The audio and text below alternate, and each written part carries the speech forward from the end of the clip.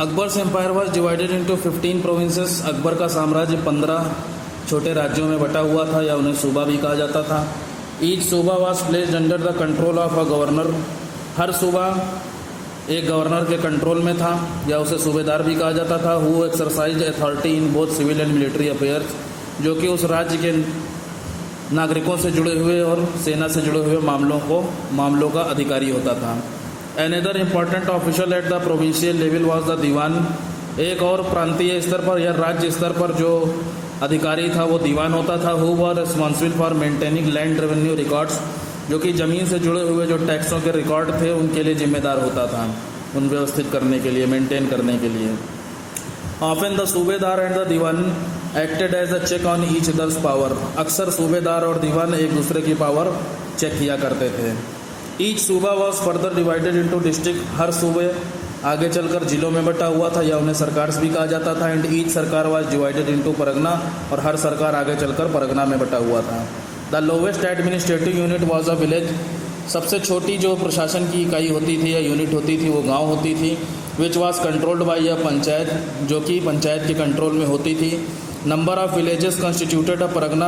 कई सारे गांव मिलकर के एक परगना बनाते थे। टाउन्स वर गवर्नड बाई कोतवाल। कस्बों को कोतवाल चलाते थे। Who were responsible for maintaining law and order, जो कि जिम्मेदार होते थे कानूनों और नियमों को मेंटेन करने के लिए। And keeping a record of people living in the town, और जो लोग कस्बे में रहते थे उनका रिकॉर्ड भी रखते थे। अब आ जाता है मनसबदारी सिस्टम आपका। One of the most remarkable features of Akbar administration was the मनसबदारी system. एक बहुत ही रिमार्केबल जो फीचर है, यानी बहुत ही इंपॉर्टेंट जो फीचर है अकबर के शासनकाल का या उसके राजकाज का, वो मनसबदारी सिस्टम है। Which had both a military and civil aspect attach to it. इस मनसबदारी सिस्टम में सेना और सिविल यानी नागरिकों से जुड़े हुए जो मामले थे दोनों से ये अटैच था। The power of the Mughal empire was derived largely from its military organisation.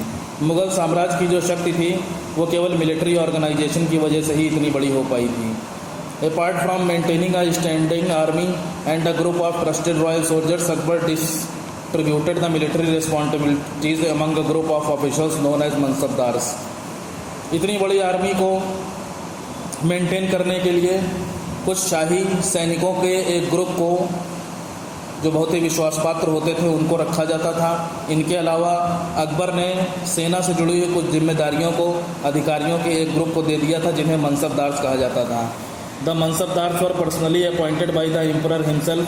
जो मनसबदार होते थे उनको जो एम्परर यानी जो सम्राट होता था वो खुद ही पर्सनली अपॉइंट करता था, उनको चुनता था।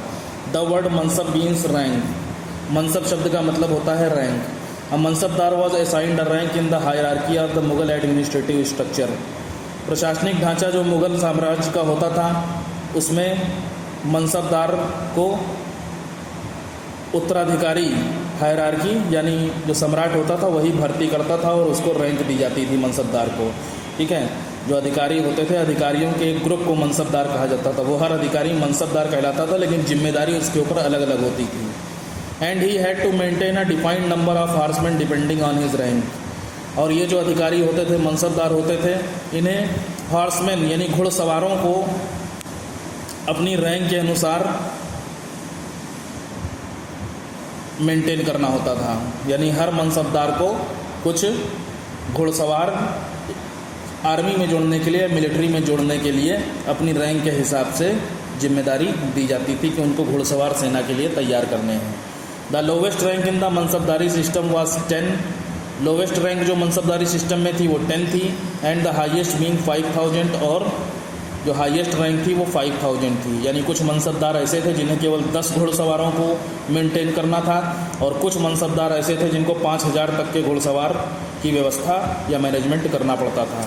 The higher ranks were reserve for princes, और जो बहुत ऊंची रैंक्स होती थी वो राजकुमारों के लिए रिजर्व थी मनसबदारी सिस्टम में। अब आ जाता है revenue system, tax system. Akbar borrowed many features of Sher Shah revenue system. Akbar ने बहुत सारी चीज़ें शेर शाह के रेवेन्यू सिस्टम से उधार ली थी। These were modified and combined with some new ideas and methods. इनको फिर से मॉडिफाई कर दिया गया और बहुत सारे नए विचार और तरीके इसमें मिला दिए गए। Thus resulting into the development of a well structured and comprehensive revenue system. इस तरीके से resulting into the development of a well structured and comprehensive revenue system. जो टैक्स सिस्टम यानी कर वसूलने का, ज़मीन से टैक्स वसूलने का जो सिस्टम आया, उसकी बनावट बहुत अच्छी थी और बहुत ही ज़्यादा वो कॉम्प्रीहेंसिव था। यानी कॉम्प्रीहेंसिव मतलब कोई भी चीज़ इधर उधर नहीं थी, उथल पुथल नहीं थी, बहुत ही अच्छे से सिस्टम से डेवलपमेंट तरीका था, विकसित तरीका था एक, ठीक है, रेवेन्यू टैक्स वसूलने का। ज़मीन से टैक्स वसूलने का जो सिस्टम था, उसकी भी जो स्ट्रक्चर थी, यानी उसका जो तौर तरीका था, वो बहुत ही अच्छा था। Todarmal Akbar revenue minister. टोडरमल, राजा टोडरमल जो है अकबर के रेवेन्यू मिनिस्टर थे, यानी राजस्व मंत्री थे। Has been credited with the conception and implementation of this system, जिनकी जिम्मेदारी थी कि वो इस सिस्टम को लागू करें, सिस्टम में जो भी नई चीज़ें आ रही हैं उनको लागू करें, और जो भी कॉन्सेप्शन आ रहा है, Todarmal Akbar revenue minister has been credited, उनके ऊपर ये क्रेडिट था कि जो भी कंसेप्शन यानी जो भी कह लो आप प्रिंसिपल्स, ठीक है, जो भी सिद्धांत हैं, जो भी नियम कानून हैं और जो भी आपकी चीज़ें हैं, उनको लागू करने का इस सिस्टम में टोडरमल की जिम्मेदारी होती थी। Therefore it is often refer to as the Todarmal bandobast, इसलिए इस सिस्टम को कभी कभी टोडरमल बंदोबस्त के नाम से भी जाना जाता है। बंदोबस्त आप शब्द से जान रहे होंगे, वर्ड से जान रहे होंगे, बंदोबस्त मतलब मैनेजमेंट। अब देखिए, according to the Todarmal bandobast system, land was measured by bamboo reeds, there were joined with iron rings. Todarmal के बंदोबस्त के हिसाब से जो ज़मीनें होती थीं, उनको लोहे के छल्लों से बांस के डंडों में बांध करके ज़मीन को उसकी सीमा बनाई जाती थी, या उसको जो बाउंड्री लाइन होती थी। Land was measured by bamboo reads, यानी बांस की जो बहुत बड़ी बड़ी डंडियाँ या खपच्चियाँ होती थीं। खपच्चियाँ यानी बांस को फाड़ नहीं दिया जाता है 4 हिस्सों में, ऐसी डंडियों को आयरन लोहे के छल्लों से जोड़ करके ज़मीनों को नापा जाता था।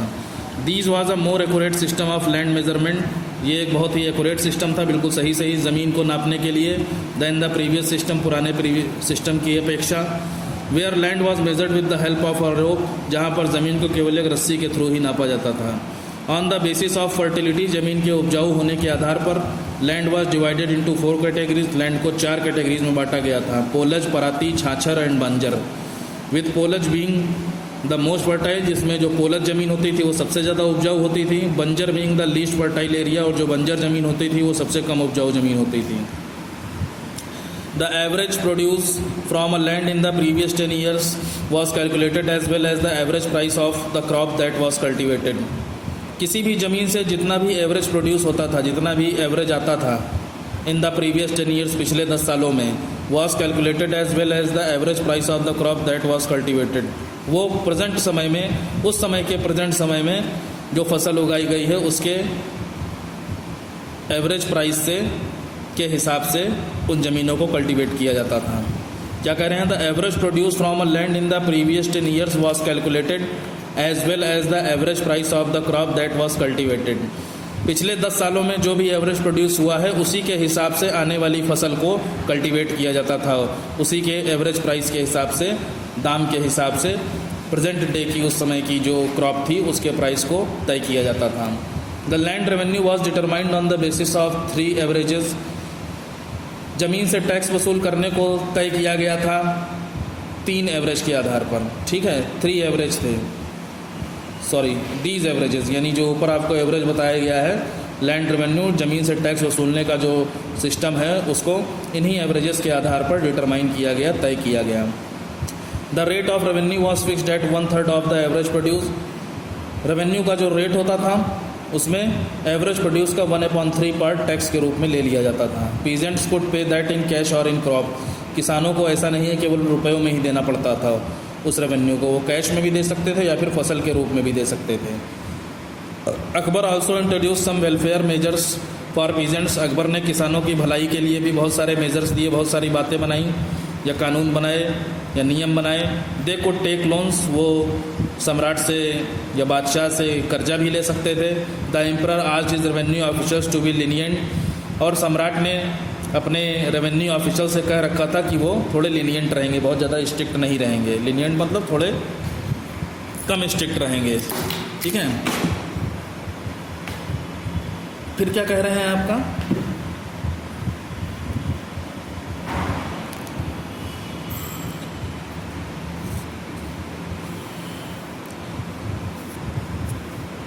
इन टाइम्स ऑफ ड्रॉट और फ्लड, सूखा पड़ जाने पर या बाढ़ आ जाने पर peasants were exempted from paying revenues, किसानों को छूट दे दी जाती थी टैक्स वसूलने में। ठीक है, यानी बाढ़ वगैरह या कोई भी समस्या आ जाती थी किसानों के साथ तो उनको ये ज़रूरी नहीं था कि टैक्स देना ही है, रेवेन्यू उनका माफ़ कर दिया जाता था, उसमें छूट दे दी जाती थी। अपार्ट फ्रॉम लैंड रेवेन्यू, ज़मीन से टैक्स वसूलने के अलावा another source of income for the Mughal empire, Mughal empire में इनकम का जो दूसरा स्रोत था was revenues generated from trade, व्यापार से भी टैक्स वसूला जाता था मुगल साम्राज्य में लैंड रेवेन्यू के अलावा। Akbar encourage both internal and foreign trade, Akbar ने अपने खुद के साम्राज्य में भी और विदेशी व्यापार में को भी बहुत ज़्यादा प्रोत्साहित किया। The traders of the Mughal era had establish relations with China, Mughal समय के जो व्यापारी थे उन्होंने चाइना से भी अपने रिलेशंस इस्टेब्लिश किए, यूरोप से भी और सेंट्रल एशिया से भी। The main items for export were textile, Indigo and spices, उस समय के जो मेन आइटम्स थे जो कि ट्रेड में इस्तेमाल किए जाते थे या बाहर भेजे जाते थे वो कपड़ा था, इंडिगो यानी नील आप जानते ही हैं, शर्ट वगैरह में वाइट शर्ट में लगाया जाता है, एंड स्पाइसेस और मसाले, ये इन तीन चीज़ों का एक्सपोर्ट सबसे ज़्यादा होता था। अब देखिए रिलीजियस पॉलिसी क्या थी अकबर की। Fatehpur Sikri was the new Mughal capital established by Akbar, Fatehpur Sikri मुगलों की नई राजधानी थी जिसको अकबर ने इस्टेब्लिश किया। It was in Fatehpur Sikri that Akbar sponsored a series of debates among people from different religions such as Christians, Hindus, Jains and Zoroastrians. It was in Fatehpur Sikri, Fatehpur Sikri ने अकबर ने अलग अलग धर्मों के लोगों की डिबेट को भी स्पॉन्सर किया जिसमें क्रिश्चियंस थे, हिंदूज, जैन्स और जोरास्ट्रियंस भी आते थे। अ प्रेयर हॉल, प्रार्थना के लिए एक हॉल रखा गया जिसे इबादत खाना कहा जाता था जो कि फतेहपुर सीकरी में बनवाया गया था। In order to unite his empire on the basis of common ideals, अपने साम्राज्य को यूनाइट करने के लिए उसने कुछ साधारण से आदर्श बनाए। अकबर प्रीच सुलहकुल, उसने सुलहकुल का उपदेश दिया on the principle of universal peace, जिसका मतलब था कि सभी जगह शांति हो। ठीक है, सभी जगह शांति के सिद्धांत के ऊपर, प्रिंसिपल के ऊपर अकबर ने सुलहकुल का उपदेश दिया। He also laid down a new religious, उसने एक नया धर्म भी बनाया जिसका नाम दीन इलाही था।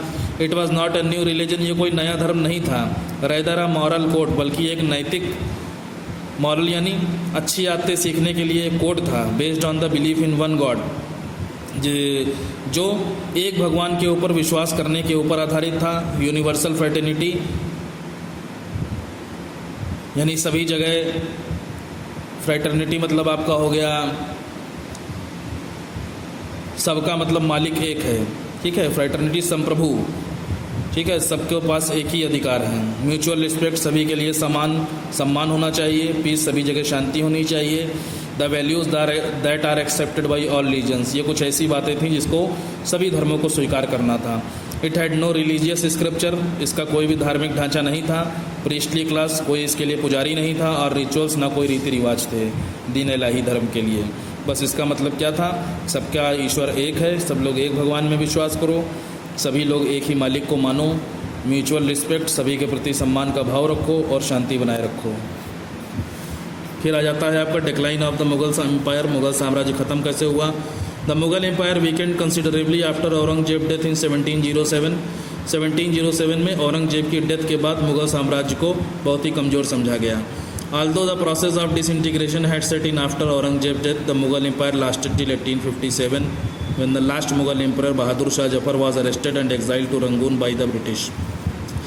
कह रहे हैं डिसइंटीग्रेशन यानी औरंगजेब की मृत्यु के बाद जो डिसइंटीग्रेशन यानी मुग़ल साम्राज्य की जो टूटने की प्रोसेस थी वो शुरू हो गई थी।